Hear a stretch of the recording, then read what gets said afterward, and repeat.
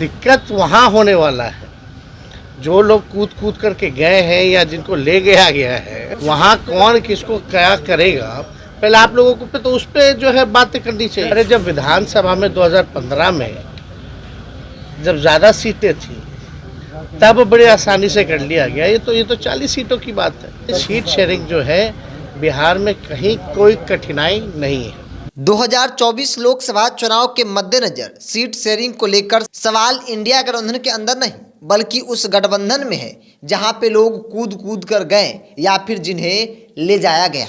दरअसल बिहार के उप मुख्यमंत्री तेजस्वी यादव ने इंडिया गठबंधन के अंदर सीट शेयरिंग को लेकर पूछे गए सवाल को लेकर स्पष्ट तौर पे कहा कि हम लोग जब 2015 का विधानसभा चुनाव लड़ रहे थे तब बहुत ज़्यादा सीटें थी, बावजूद भी हम लोग आपसी समन्वय स्थापित करते हुए चुनाव लड़े और जीते भी, लेकिन अब तो सिर्फ 40 सीटों की बात है इंडिया गठबंधन के अंदर। इसको लेकर कोई सवाल नहीं है, हम लोग आपस में बैठकर सब कुछ तय कर लेंगे। सवाल तो वहाँ है, दिक्कत तो वहाँ है जहाँ लोग कूद कूद कर गए या फिर जिन्हें ले जाया गया।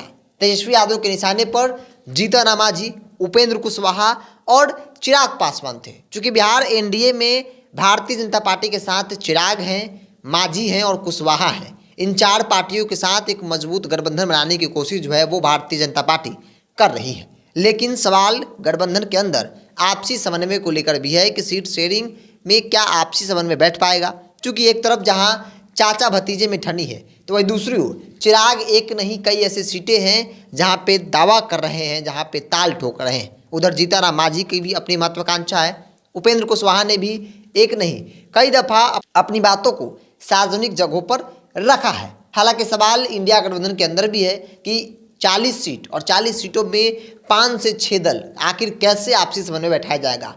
कांग्रेस की अलग महत्वाकांक्षा है, वाम दलों की अपनी अलग महत्वाकांक्षा है। वाम दलों ने यहाँ तक कि सीट के नंबर तक गिना दिया कि जहाँ जहाँ मेरा कैडर है वहाँ पे हम लोग चुनाव लड़ेंगे, जिसमें आरा, सिवान, गोपालगंज समेत कई ऐसी सीटें हैं, जहानाबाद आती है।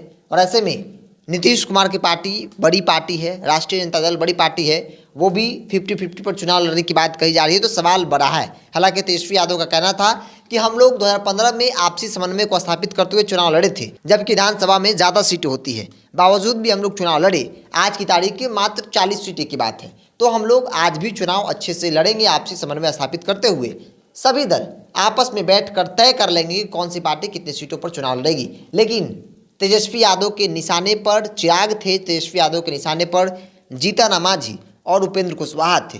उनको लेकर उन्होंने नाम तो नहीं लिया, लेकिन बहुत ही स्पष्ट तौर पे कहा कि दिक्कत तो उन लोगों को है जो लोग कूद कूद कर गए। क्योंकि जीतन राम मांझी महागठबंधन के हिस्सा थे और जीतन राम मांझी ने अचानक से फैसला लिया कि वो अब महागठबंधन में नहीं बल्कि एनडीए भारतीय जनता पार्टी के साथ गठबंधन करेंगे। चिराग पासवान भी किसी गठबंधन का हिस्सा नहीं थे। 2020 का विधानसभा चुनाव वो एनडीए से अलग होकर लड़े थे, तो ऐसे में वो भी 2024 के चुनाव से पहले अपना गठबंधन का रास्ता तय कर लिए और एनडीए के साथ, भाजपा के साथ जाने को तैयार हो गए। और अब बात कुशवाहा की कर ली जाए तो कुशवाहा की पार्टी उपेंद्र कुशवाहा भी महागठबंधन के साथ थे। यहाँ तक कि राज्यपाल कोटे से एमएलसी थे और उन्होंने एमएलसी पद से इस्तीफा देते हुए वो भाजपा के साथ जाने को तैयार हो गए। तो एनडीए के अंदर चिराग, मांझी और कुशवाहा हैं और इन तमाम नेता जो है वो तेजस्वी के निशाने पे है।